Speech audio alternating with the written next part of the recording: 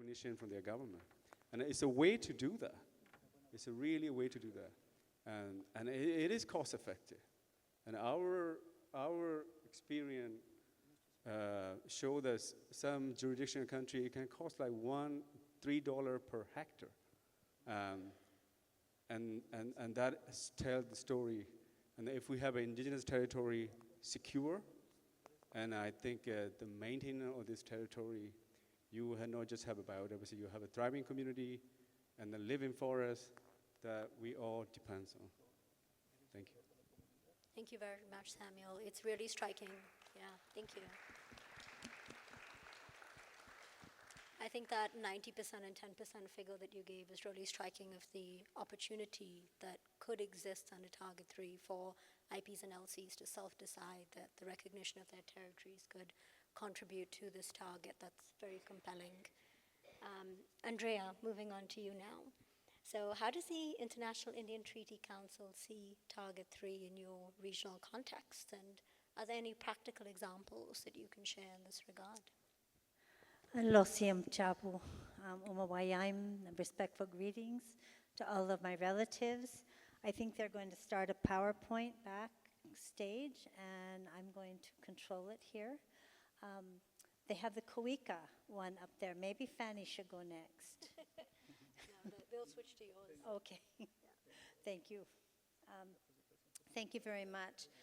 Just to begin and to reiterate what my brother from Kenya mentioned, when we're talking about 30 by 30, which is that 30% of the world's remaining biodiversity will be set aside as protected areas by 2030, we have to recall that the United Nations has confirmed that 80% of the remaining biodiversity is on indigenous peoples' lands.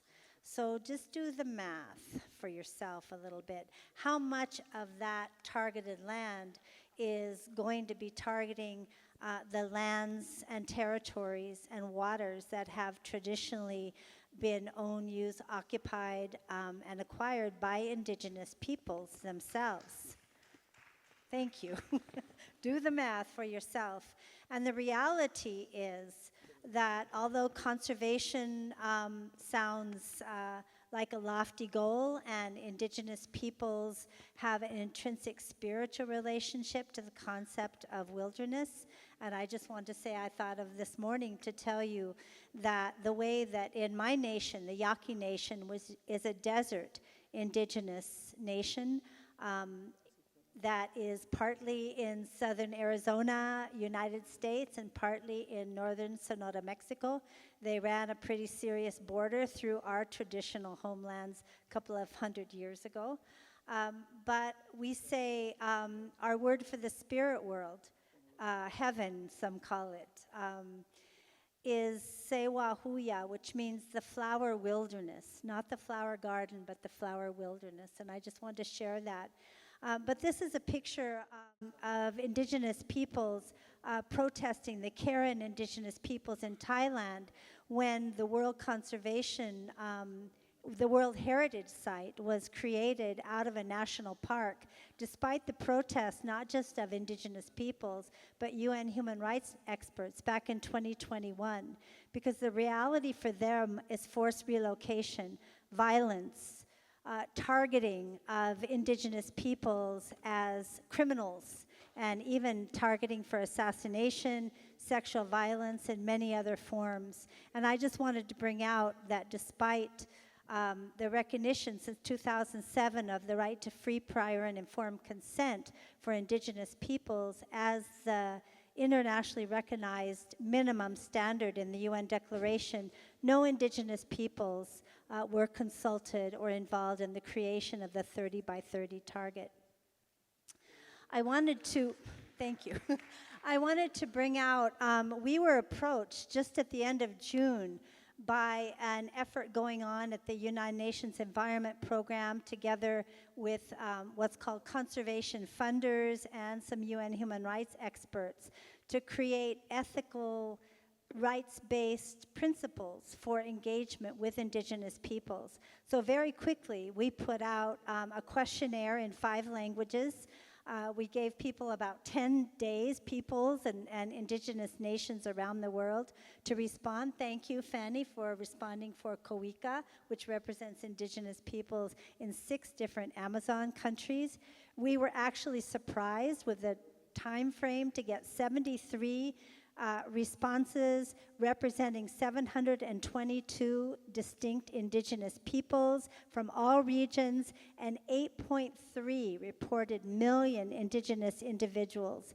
And I will say that in response to asking, what is your experience with conservation projects in your territory, the vast majority reported the highly negative, and I think 60% reported somewhat negative, very negative, or just negative was their actual experience.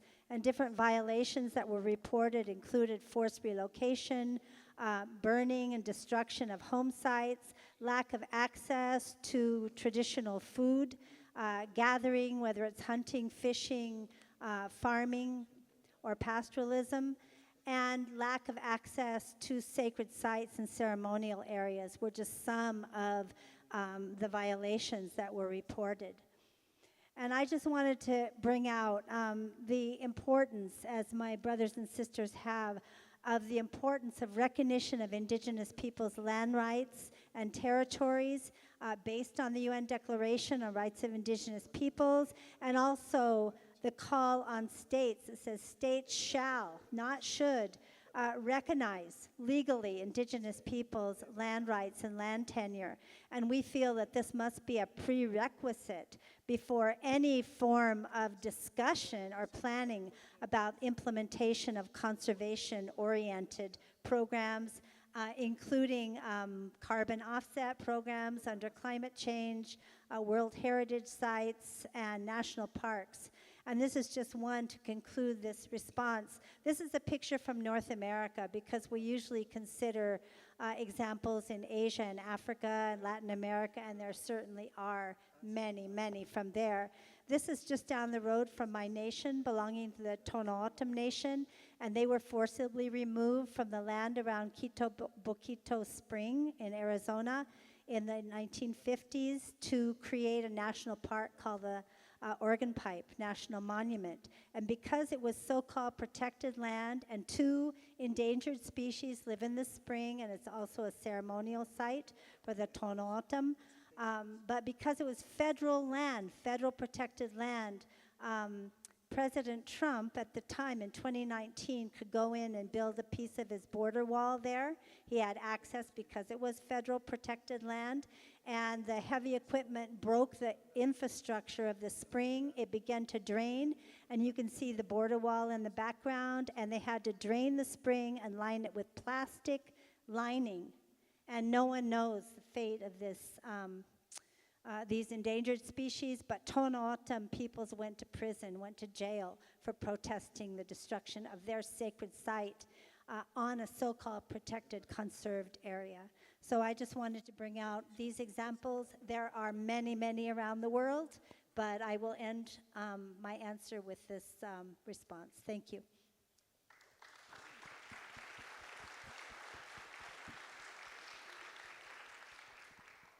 Thanks very much, Andrea. You draw attention to a really important point, which is how do we address prior violations of IPs and LCs when we're considering a future-looking target. So thank you for drawing our attention to those and some examples, and that survey is definitely very interesting, so I appreciate that. Fany, turning to you. The Amazon, which is COICA's focus, needs no introduction to any of us for its biodiversity value. And we also know that it is a hotbed of violations for IPs and LCs. Does Target 3 does it give COICA the global framework needed to advance land rights for Amazonian communities? A note for the audience, Fany will share her answer in Spanish, and then for people who don't speak Spanish, we will have Zach sitting next to her providing translation. So we'll give a little bit more time for both Fany and Zach to get through their pieces. Pardon me? Oh, sorry. Sorry about that. So Fany will provide her answer in Spanish, followed by a translation into English by Zach.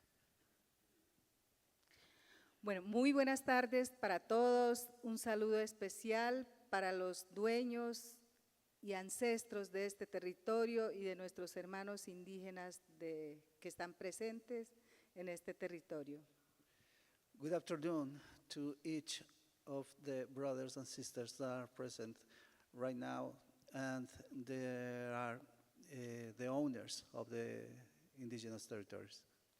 Bueno, vengo de la cuenca amazónica, el territorio estratégico para la conservación, para la mitigación del cambio climático, y es uno de los territorios con mayor biodiversidad del mundo. I came from the Amazon Basin, one of the most strategic territories around the world, very important to the climate change mitigation and biodiversity conservation.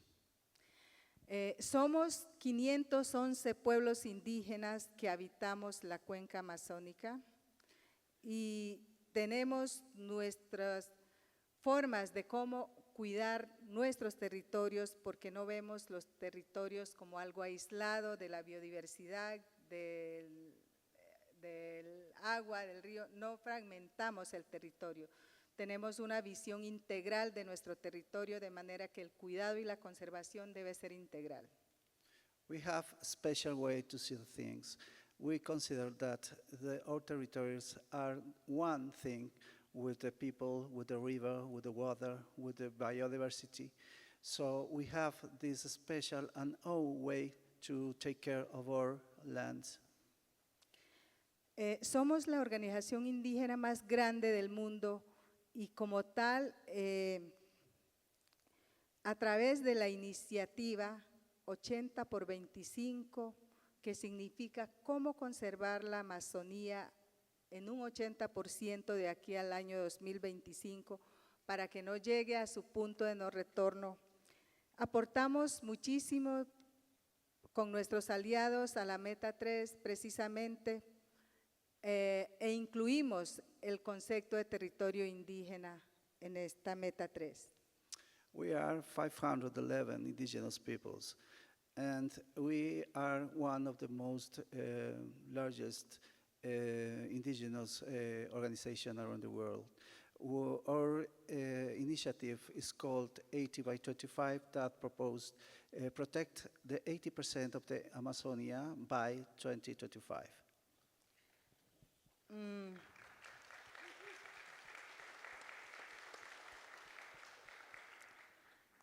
En esta Meta 3 se habla de conservación y también se habla de áreas protegidas, pero no queremos que los territorios indígenas se confundan con áreas protegidas, porque es una forma de conservar, de proteger, que tenemos nosotros a partir de nuestras leyes de origen, a partir de la espiritualidad, a partir de las prácticas culturales y de nuestros sistemas de conocimientos ancestrales y tradicionales. The target 3 is all about protected areas, and we don't want to confuse protected areas and indigenous territories, because they are not the same. Indigenous territories make conservation with our own laws, with our own customs, and that is what make indigenous territories special for the conservation. La conservación para nosotros es innato de nosotros los pueblos indígenas, porque lo pensamos siempre desde nuestras leyes de origen. Por eso mismo solicitamos que en la implementación no se deje de lado, por un lado, el tema de leyes de origen, el tema de derechos de los pueblos indígenas, el tema de la seguridad jurídica de los territorios. Se requiere titulación, demarcación, para que los pueblos indígenas puedan ser propietarios colectivos de sus territorios y puedan continuar conservando estos territorios que son estratégicos precisamente para la conservación de la biodiversidad y para la mitigación del cambio climático. We are right now taking a special view about the goal 3, the target 3, because indigenous peoples have their own rules to make the conservation a fact. So we need that in the implementation, the politicians should consider that we need titling, we need a legal regulation in harmony with all the countries in the Amazon basin.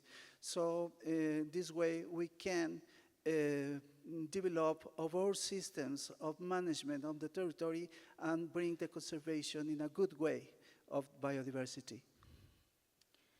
Nuestro concepto de territorio es un concepto integral, es un concepto que viene desde el origen nuestro, para que nosotros como pueblos indígenas nos asentemos en un territorio, nuestros sabedores y espirituales dialogan con el territorio, hacen un acuerdo para mantener la armonía en el territorio, de manera que nos cuidamos mutuamente, y por eso es que nosotros respetamos nuestro entorno territorial, que es vista desde ese concepto integral, o sea, no fragmentamos por un lado los ríos, por otro lado los bosques, por otro lado la fauna, la flora. Bueno, para nosotros es parte de nuestra vida, es parte integral de lo que somos nosotros, y todo lo hacemos en hermandad y en armonía.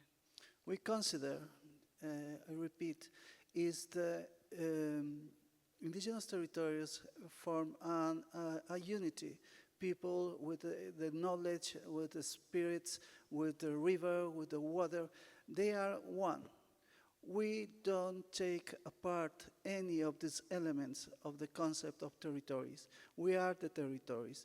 Right now, we are trying to make the people and the world understand this. It's too hard to understand that biodiversity depends, or the conservation of biodiversity depends of this vision of unity of the whole thing. Por eso los territorios indígenas hoy en día son una muestra de una conservación, son los mejores conservados en el mundo. Right now, that's the reason why indigenous territories have a good indicators of conservation. The indigenous territories are the most significant areas to conserve biodiversity and fight against climate change. Y esperamos que en la implementación de la Meta 3 se comprenda estos conceptos, estas prácticas, para que avancemos como humanidad.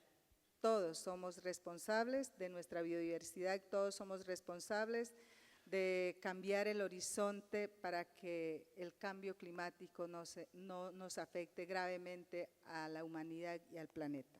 And we hope that this concept will be understood, because it depends that climate change and loss of biodiversity could not affect the planet. Gracias. Thank you.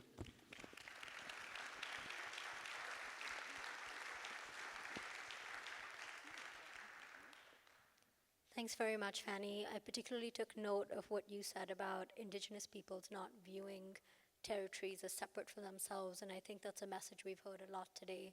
I remembered a speech from earlier today where the presenter said, we get our nervous system from the plants, our vision from the owl, and I think that's a really compelling way of describing how Indigenous peoples view their lands and their relationship with it, and I hope we can come back to that again in the second round of questions, so thank you for that.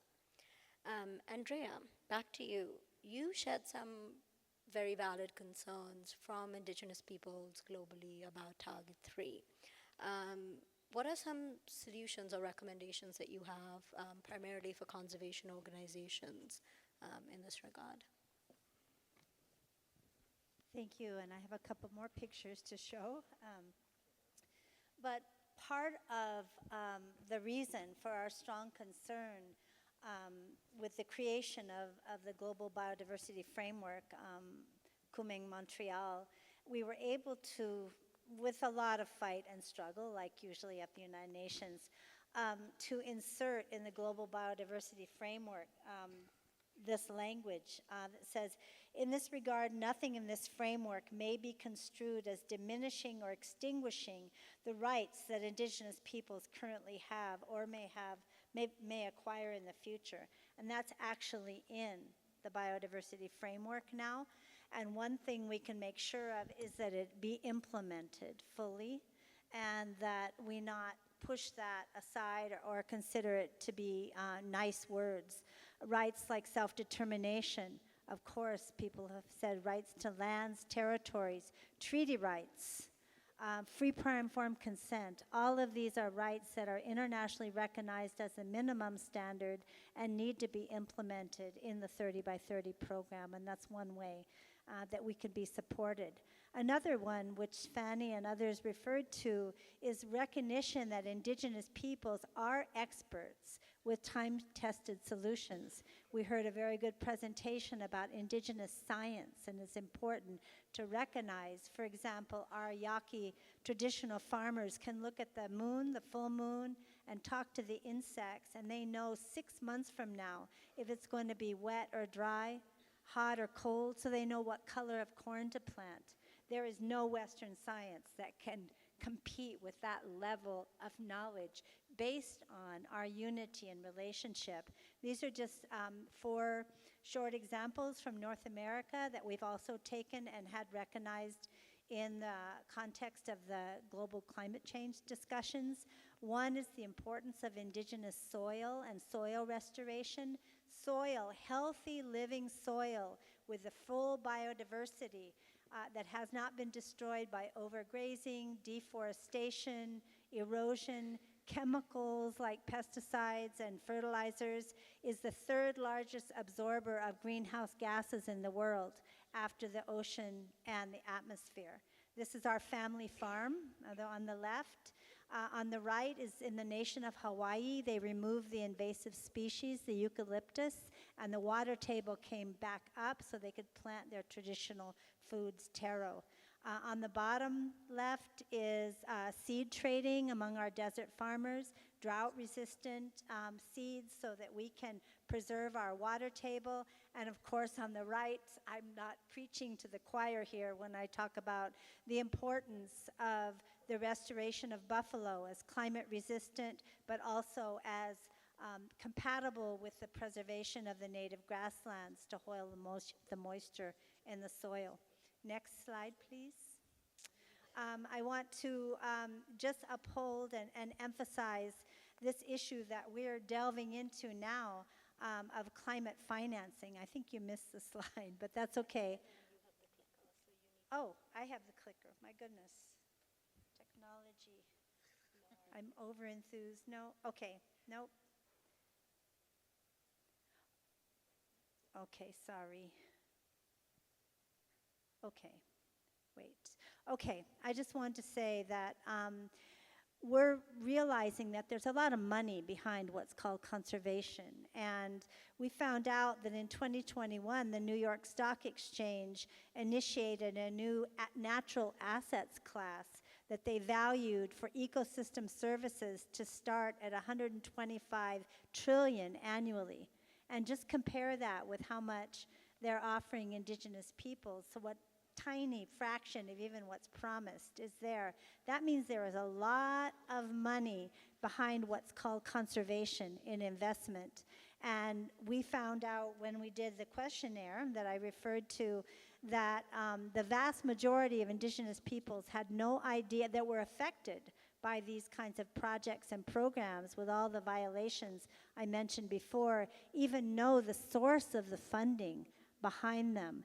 Are these investors? Are these intermediary organizations like the big,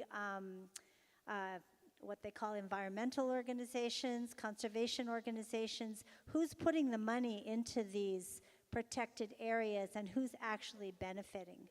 So I just wanted to end, again, I'll show my slide of Indigenous knowledge. Respect our rights. Ensure that our rights are in place. Respect our ability and our knowledge to protect our biodiversity before you move us out and implement projects that who knows where they come from and who knows if they really will, or even if they're actually intended to promote conservation, or if there's some other investment motivation, carbon trading, for example, behind these projects. So these are some ways that we can be helped and supported. Respect us and trust us and work with us and respect our rights. Thank you.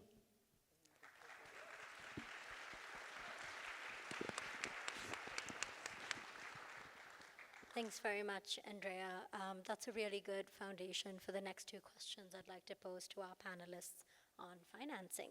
So Fany, first over to you. COICA also focuses very much on climate, and biodiversity sometimes is seen as the stepchild. We see a lot of funding going to climate.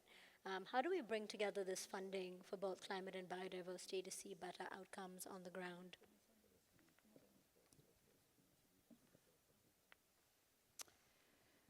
Gracias. Bueno,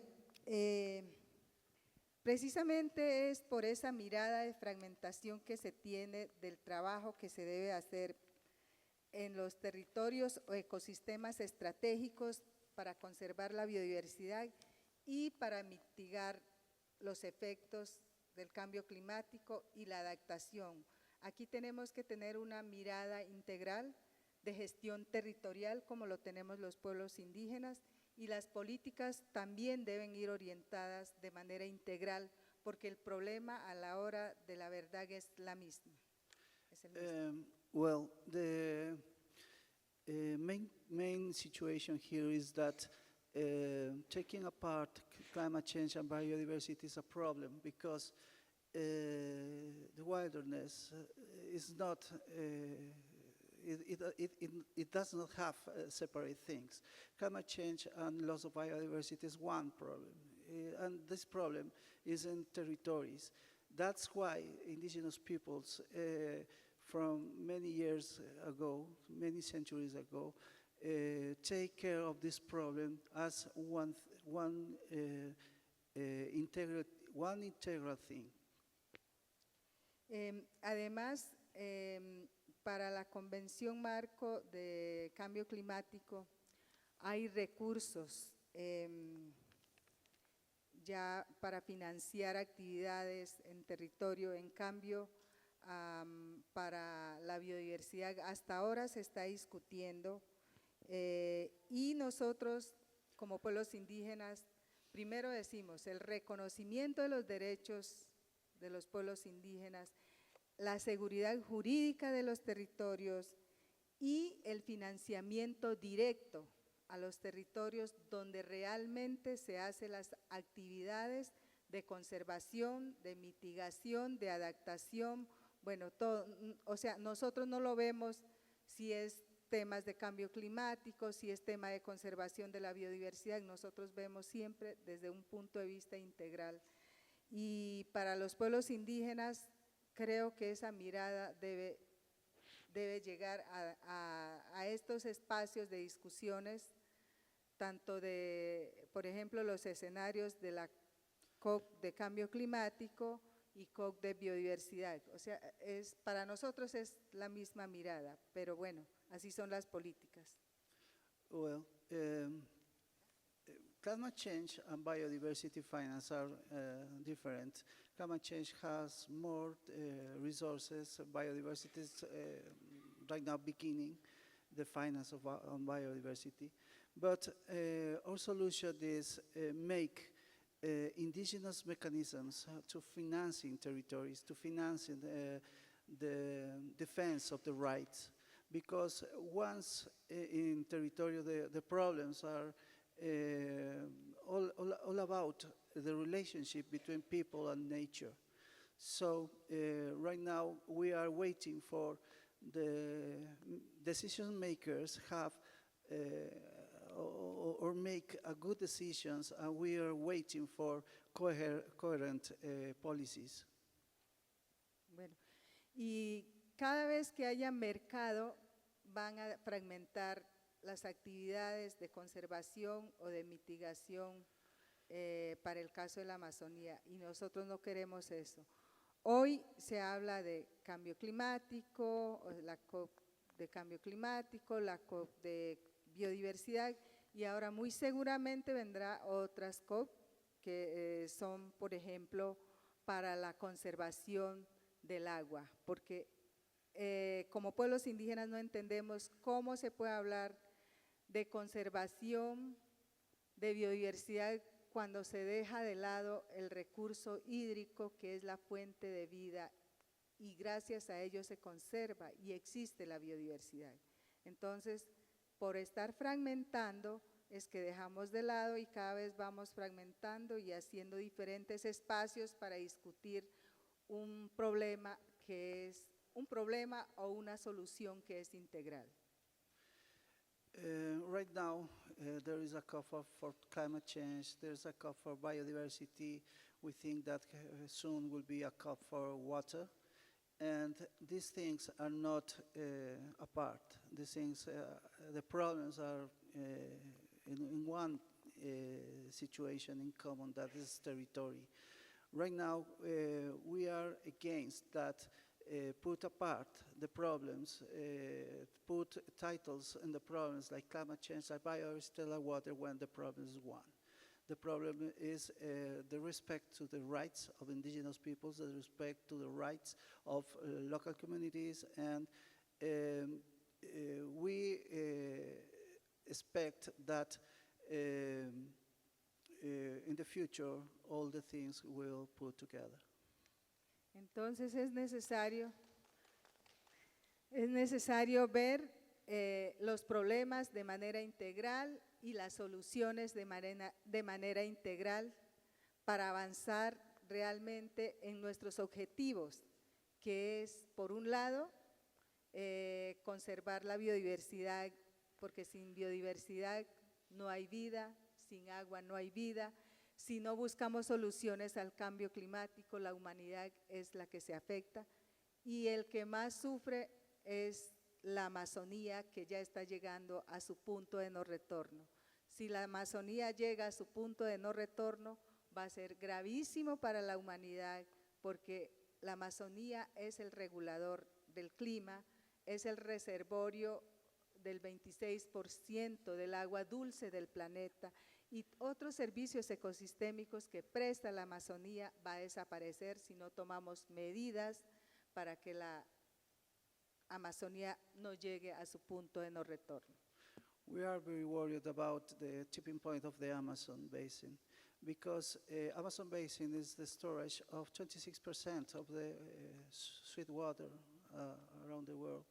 So we are promoting the conservation of the Amazonia in order to get humanity security and also guarantee the life in the planet. Por eso creo que tenemos que seguir trabajando para que el financiamiento sea integral también. Vamos a seguir insistiendo en que veamos los problemas como que tiene soluciones integrales, y que los problemas también hay que verlos de manera integral, y como COICA vamos a seguir luchando precisamente por la lucha de los derechos de los pueblos indígenas, porque la cosmovisión de los pueblos indígenas sean tomados en cuenta en estos espacios, porque sus derechos sean respetados y porque el derecho al consentimiento previo, libre e informado sea un mecanismo eficaz para ese respeto de los derechos territoriales de los pueblos indígenas. We are advocating for unified financing for indigenous peoples, because we are convinced that the defense of the biodiversity is the defense of the indigenous rights. So right now we are trying to put this voice in the international spaces.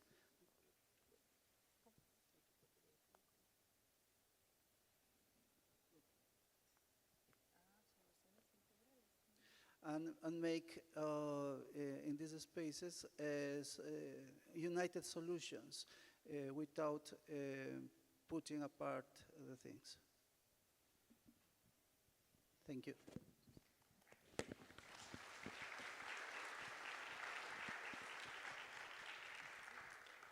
Thank you, Fany. You and Andrea both touched upon an important point, which is direct funding to IPs and LCs. Ramson, one of the hats you wear is resource mobilization for IIFB and Makia. How do you recommend that we switch the way we currently look at funding to make sure that funding goes directly to Indigenous peoples and local communities? What is that barrier that needs to be addressed over there to redirect this funding? Thank you very much, and I know there is not a lot of time, so I will try to be very straight to the point. First of all, I would say in advancement of the discussion that I just gave, there was a day I was quoted saying, the beginning of protecting biodiversity is starting by protecting land tenure for Indigenous peoples and local communities who biodiversity is in their own territories. So I believe if we want to continue talking about all this, let's think about protecting our lands and territories that holds our biodiversity that we have in our own lands and territories. And of course, it goes hand in hand with the culture that we have. That biodiversity is protected well through the cultures that Indigenous peoples have in their own lands and territories. Of course, taken into consideration that our language that we speak is, so much protects our cultures. And also in connection to that, our Indigenous cultural ways of knowledge systems is also very crucial. And also talking of our traditional governance. Talking about all that, there is a lot of funding. Everywhere we talk about protecting biodiversity, we always talk about finance and financials, funding that goes to Indigenous people's lands and territories.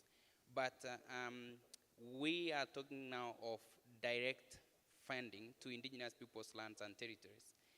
We know this is not going to take shape like as we talk now, like it's implemented tomorrow, but we should be talking about like what is the funding coming from the global, like from all the levels, what is it coming to solve on the ground?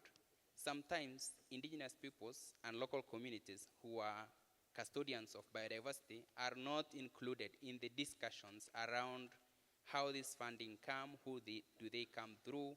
There are a lot of intermediaries, yes, but at the end of the day, is the funding solving the problems we have on the ground? The person who understands the challenges we are facing on the ground in terms of protecting biodiversity is the person who is staying with the biodiversity or living with the biodiversity. And I think that now needs the inclusion of the Indigenous peoples and local communities in the discussions, at least so that the funding that we are talking about have that perspective of coming to solve the problems we have on the ground. And yes, Indigenous peoples and local communities, through the small grants program, for example, they have proven that this funding, the small funding that we have been receiving, have done great in the world than the big fundings that are out there and not doing anything. And that with Indigenous peoples having this bureaucratic finance that we have to implement programs with the $5,000 or $10,000 and report it in 10 months, we did it. And so it's the high time that Indigenous peoples now in local communities at the ground should be given big funding and to have flexibility in terms of reporting. That will help us to prove to the world that we are the custodians and we do it because we mean. We mean to the land, we mean for ourselves, and we also mean for nature thriving well. Thank you.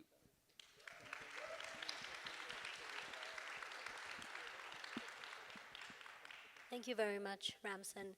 I know that we're close to the end of our time, but I'd like to take a few minutes to have two more questions posed to two panelists. So I'll go to Samuel and then over to you, Stephen.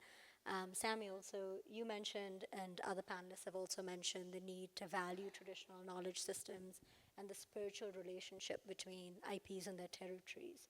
How do we do that practically at the level of the global negotiations, which, as we've been hearing today, are not very focused those two elements. Thank you. I think the recognition or the right of indigenous people, local community, and Afro-descent community lie at the national level, a particular jurisdiction. So any negotiation at the global level, it should have a really strong, clear, dedicated, language. We should avoid language that respect indigenous territory, their knowledge, their tradition, when applicable. I think this is very controversial. If you say when applicable, and down the line, I think the implementation, that will come to who will decide when it's applicable. That is the national government. A national government will say, oh, it's not really applicable, then we will all forget it. So language like that should be completely, wiped out.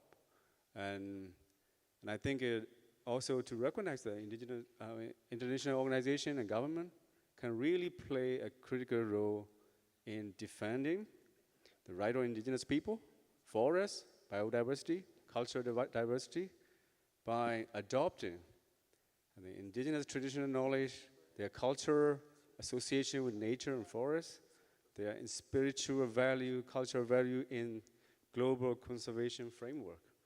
And that will really lead us to the climates and biodiversity crisis that we are facing.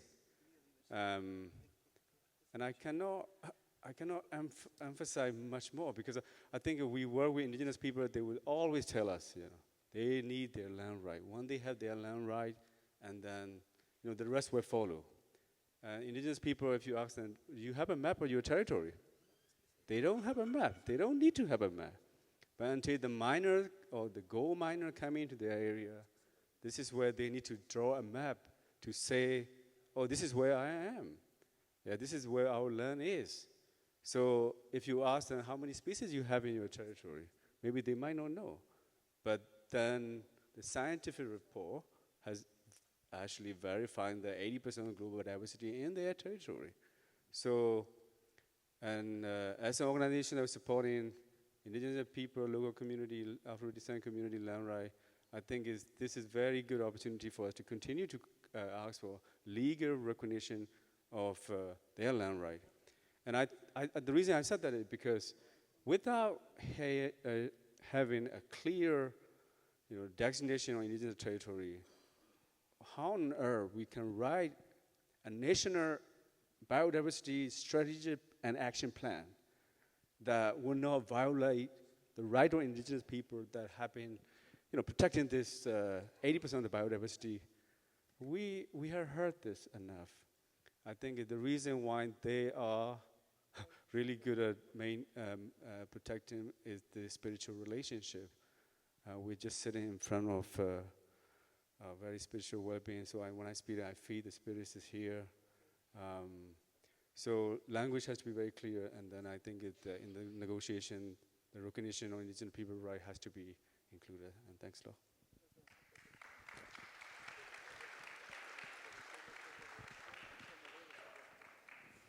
Thanks a lot, Samuel. I'm going to come back to that point when I close. Stephen, so how do you see the conservation sector coming in to support a significant increase in protected and conserved areas by IPs and LCs?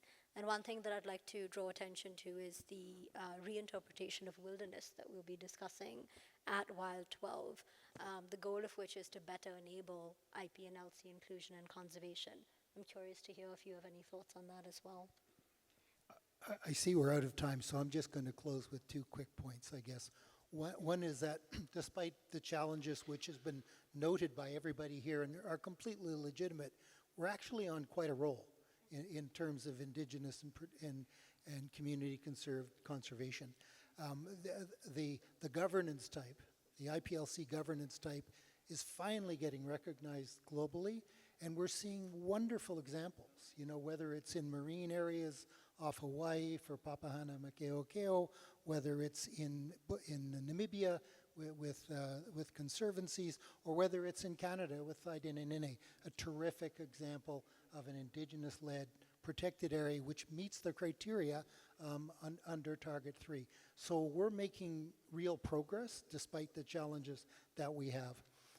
And the last point I would make is that as we think about the wilderness definition, I think it's important to turn the conservation on rights a little bit on its head, because we talk about, and legitimately and necessarily so, talk about rights, but it's really about dividing up rights between us and recognizing each other's rights to stuff.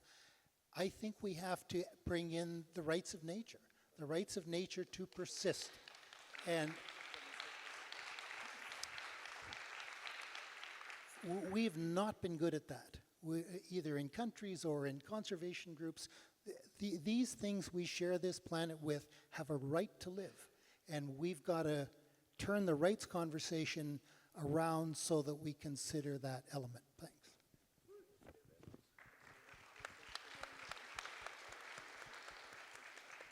Thanks a lot, Stephen. That reminds me of the very tagline of WILD12, which is sovereign nature, recognizing nature as a sovereign entity. And I think that's a really key point for all of us to keep in mind as we talk about Target 3. So I know that we're out of time and we don't have time for audience Q&A, but our panelists are here for the next few days, and I hope all of you can come up and talk to them.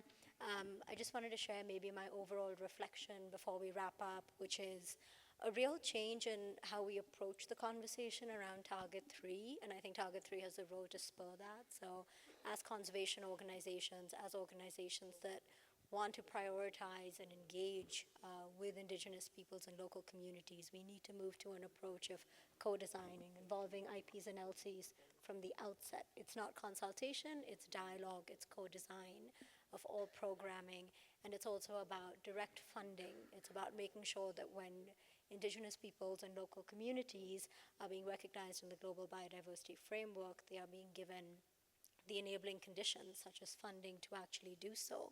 And then I think, Samuel, you made a really important point, which is who gets to make decisions about what's important, and how do we change that conversation, and how do we take this lofty global target and contextualize it in each country and for each Indigenous community and local community that we are working with. So thank you all, to all the panelists, for your reflections and for your inputs. I found that to be very enlightening and useful in thinking about Target 3 and how it should be implemented, and I hope the audience did too as well. Thank you all.